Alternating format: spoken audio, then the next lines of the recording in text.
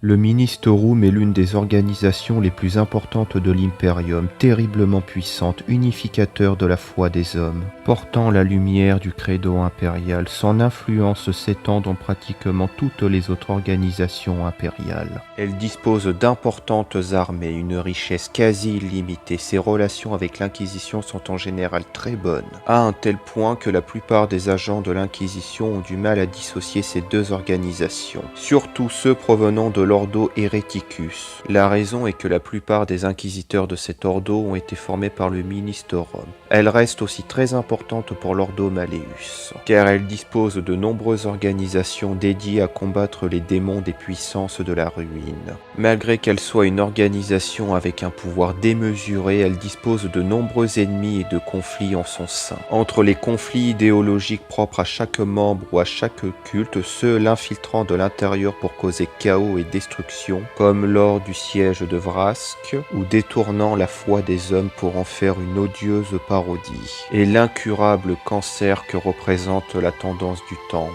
Les membres du Ministorum se laissent rapidement prévaloir d'une autorité de droit divin, s'étendant au-delà de celle de toutes les autres organisations impériales. Et dans les cas les plus extrêmes, cela peut aller jusqu'à l'affrontement armé et l'assassinat. Mais il y a principalement 4 adeptus qui sont particulièrement touchés par cela. En premier lieu, l'administratum. Bien que très liés, l'un ne pouvant exister sans l'autre, les relations entre les deux sont très aléatoires. Car l'un essayera toujours de se prévaloir sur l'autre, mais bien souvent ce sont plus pour des raisons politiques. Puis après il y a les Space Marines, ceci provient plus d'une interprétation que les deux organisations ont de l'empereur, ce qui a tendance d'irriter l'ecclésiarchie à un tel point qu'il y a eu des affrontements entre ces deux groupes, bien que ce soit extrêmement rare. Ensuite, malgré leur très bonne entente, l'Inquisition n'est pas épargnée, car les deux organisations se méfient entre elles. L'Inquisition pour toutes les querelles présentes au sein du Ministorum, mais surtout à la peur d'un retour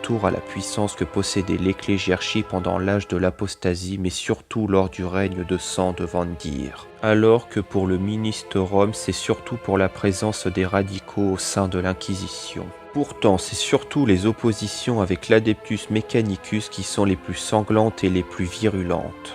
Il y a plusieurs explications à cela, mais la première raison qui vient en tête est le Ministorum considère l'existence du culte de la machine et de ses pratiques religieuses comme répugnantes. Car leur vénération pour le dieu machine n'est qu'une hérésie parce que l'empereur est le seul dieu qui doit être vénéré et personne d'autre. Mais ceci n'est que la face cassée de l'iceberg, car la vérité est la même raison que leur tension avec l'administratum, à savoir une lutte d'influence et de pouvoir politique dans l'impérium. En effet, l'ecclésiarchie estime que chaque monde appartenant à l'empereur est par extension sous son autorité, mais sur de nombreuses planètes, donc pratiquement tous les mondes forges, le pouvoir religieux est inexistant. Ces lieux sont classés par le Ministorum sous le nom de cathédrales vides, des planètes qui attendent de recevoir la lumière de la foi en l'empereur Dieu. À cause de cela, il y a énormément de tensions entre ces deux piliers de l'impérium. Généralement, ce sont juste de vaines menaces, mais parfois cela se transforme en sabotage, en conflit militaire ou en guerre clandestine, et parfois en accident, comme l'attaque des sœurs de bataille dans un vaisseau Explorator. La rumeur sur les raisons de cette attaque parle d'expériences créées à partir de cellules abumènes. En réponse, le Mechanicus a eu un accident aussi soudain qu'inexplicable, faisant une série d'événements en chaîne qui anéantit 2 couvents de la sororité. Puis mystérieusement, tout était réglé comme si de rien n'était. Bien que ces événements soient encore rares, l'émergence d'un culte connu sous le nom du culte de la forme pure pourrait totalement chambouler le fragile équilibre qui lie les deux organisations. La fondation du culte est énigmatique, néanmoins son ascension a commencé suite aux nombreux carnages causés par un culte techno-hérétique dirigé par le magos Umbra Maligri. De par cet événement, quelques-uns étaient convaincus que l'existence du Mechanicus allait engendrer d'autres menaces, d'autres catastrophes, car l'histoire l'avait démontré plusieurs fois. Ses membres ont le pressentiment que le clergé de Mars marquera la fin de l'humanité pour devenir une triste vitrine d'une époque qui sera révolue, laissant derrière elle des caricatures à peine humaines, sans âme au corps froid et dépourvues d'émotions. Cette révélation s'est répandue comme une traînée de poudre dans l'Imperium, pour devenir par la suite une organisation anti-Mechanicus. Au cours des décennies qui avaient précédé sa création, le clergé de Mars, voyant ceci comme une menace, avait minutieusement calculé dans le plus grand secret l'élimination du culte de la forme pure avant qu'il puisse prendre de l'ampleur. Comme ces actions avaient attiré la Sainte Inquisition, pour apaiser sa colère, les dirigeants du Mechanicus ont signalé l'existence de la secte.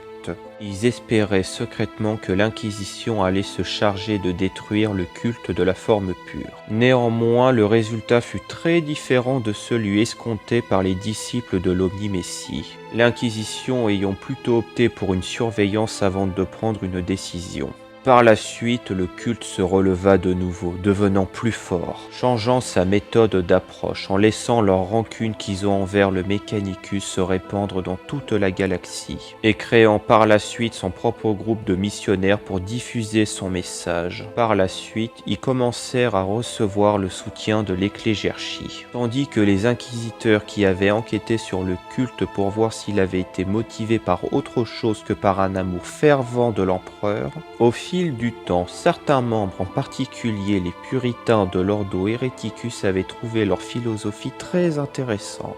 Par la suite, l'Inquisition percevait le culte avec bienveillance, tout en dissuadant complètement le Mechanicus à s'attaquer de nouveau au culte, au risque de subir la colère de l'Inquisition. Le culte de la forme pure incarne toutes les raisons du pourquoi l'ecclésiarchie voue une colère envers les disciples de l'Omni-Messie. Car ce n'est pas seulement à cause de leur croyance, mais c'est plutôt d'avoir modifié intensivement leur corps par de la cybernétique, au point de délaisser toute forme d'humanité, alors que pour l'ecclésiarchie, la chose la plus sacrée de l'univers est le corps humain, et s'implanter des membres cybernétiques pour remplacer la chair n'est qu'une hérésie. Nombreux sont les adhérents du culte ayant eu par le passé des implants cybernétiques, et se sont exposés au rite d'entrée connu sous le nom de pureté de la chair, pour purifier leur corps de la moindre partie cybernétique. Après s'être libérés de la cybernétique, les initiés ont été témoins de la pureté de leur corps, malgré la perte de leurs membres ou de leurs sens.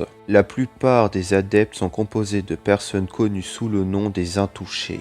Ceux-ci ont eu la chance de ne pas avoir eu recours aux transplantations mécaniques. Leurs missionnaires forment un groupe à part au sein du culte, celui des réformés, parcourant l'Imperium pour apporter la vérité. L'empereur Dieu, lors du temps où il marchait parmi les hommes, ne portait pas le moindre implant cybernétique. Son corps était pur, donc s'il était pur, alors ses sujets doivent suivre son exemple.